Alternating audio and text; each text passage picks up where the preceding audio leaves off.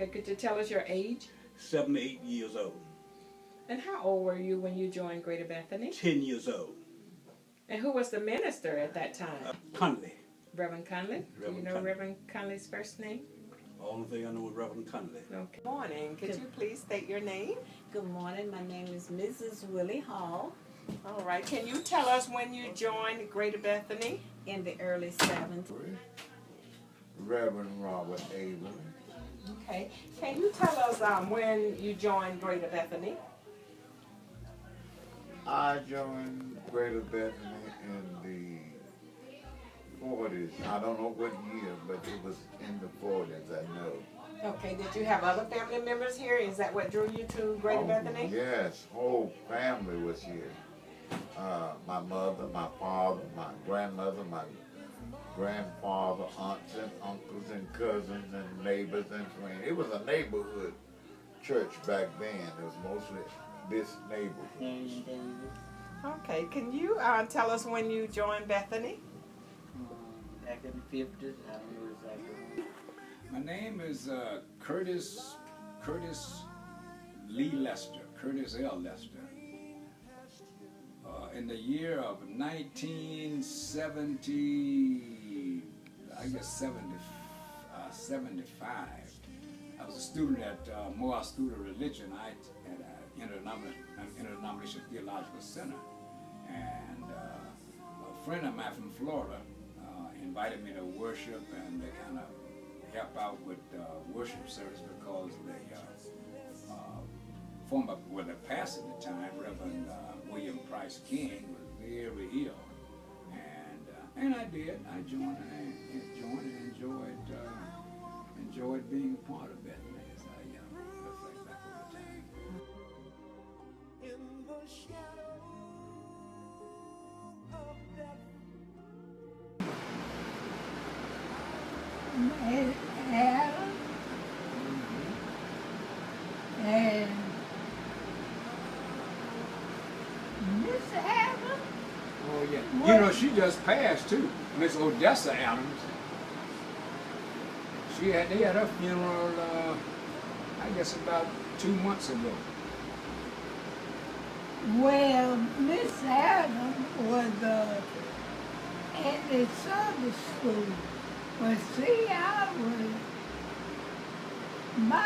Well, they've already been spiritual these years I've been here. There's all had some funny things that happened here.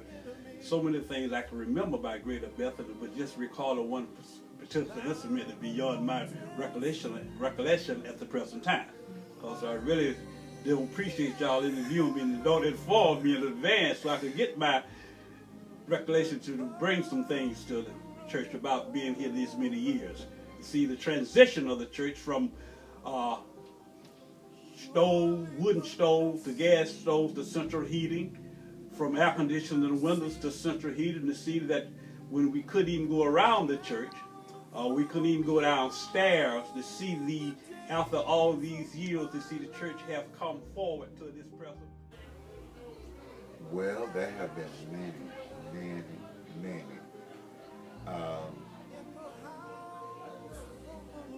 Number one, when the John Egan Homes was constructed, we were on the corner of Spencer and Chestnut, and we had to move, and the government only gave us $7,500, and most of the members didn't think that was enough to try to get the ground and to build another church. So a lot of them left, but there was a faithful few that stayed, and this was in 1941. There have been several events that happened since I've been at Bethany, and this is why I continue to stay here. I love this little church on the corner that everyone can come, anybody can come, because I always considered the church to be a hospital for the sin sick. I have several specific events and most of them are direct revelation God gave me at the time under the circumstances we're in as a church. One occasion we were in the process of relocating. The church was excited about a potential church to purchase on School Drive. Now, this is many years ago. I mean, we were excited. We worshiped there. We've invested about $20,000 in the roof, re-roofing it, and we were excited about it. But then God spoke to me one Saturday night before service. We were in the process of completing the paperwork, and He spoke to me in a form of a vision dream, not to pursue it. In fact, in the dream, told me to warn the people not to take the church at School Drive, and I was very fearful about that. I mean, knowing of the reaction, and of course the morale was high since we had invested so much in it. But I've obeyed orders, and in doing so, of course, people. And so, where did you do all your service? Huh? Where did you serve in Bethany? In the auxiliary? When I was in, I was a usher. Oh, okay. What about the Sunday school? Oh, I would go to Sunday school. I thought you was a superintendent. No, you was the secretary. The secretary. You bring your grandchildren too. Oh, and I would be desperate. You know, it wasn't so many that come down. Because Georgia, the Poland knew because I was, at one time when we had the senior choir, I was vice president of the senior choir. When they organized the Right Strip Gospel Course, I was chairperson of the Right Strip Gospel Course. I've been the chairperson of the technology ministry. I've been the chairperson of the,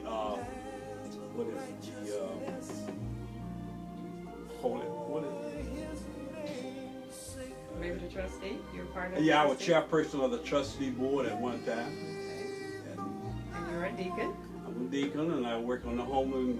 I've been working with the Feed the Hungry for the last 12 to 15 years since I retired after working with General Motors for 39 years. Praise the Lord.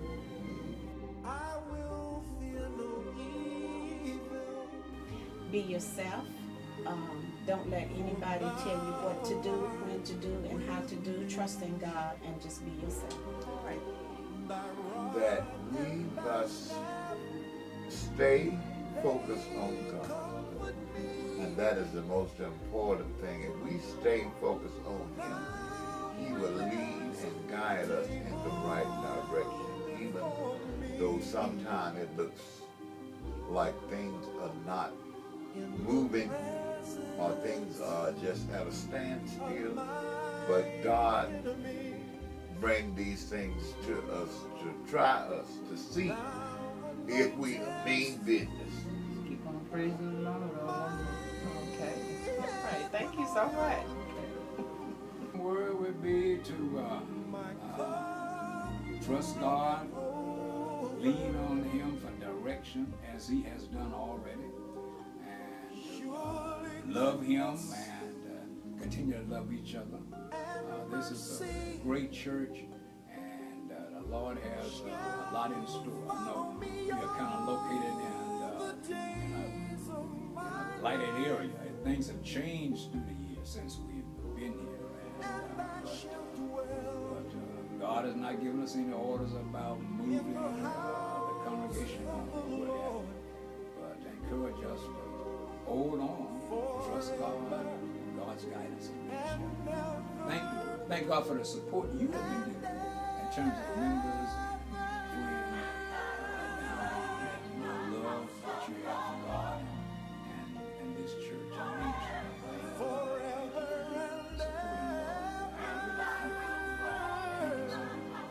you, Dr. Lee.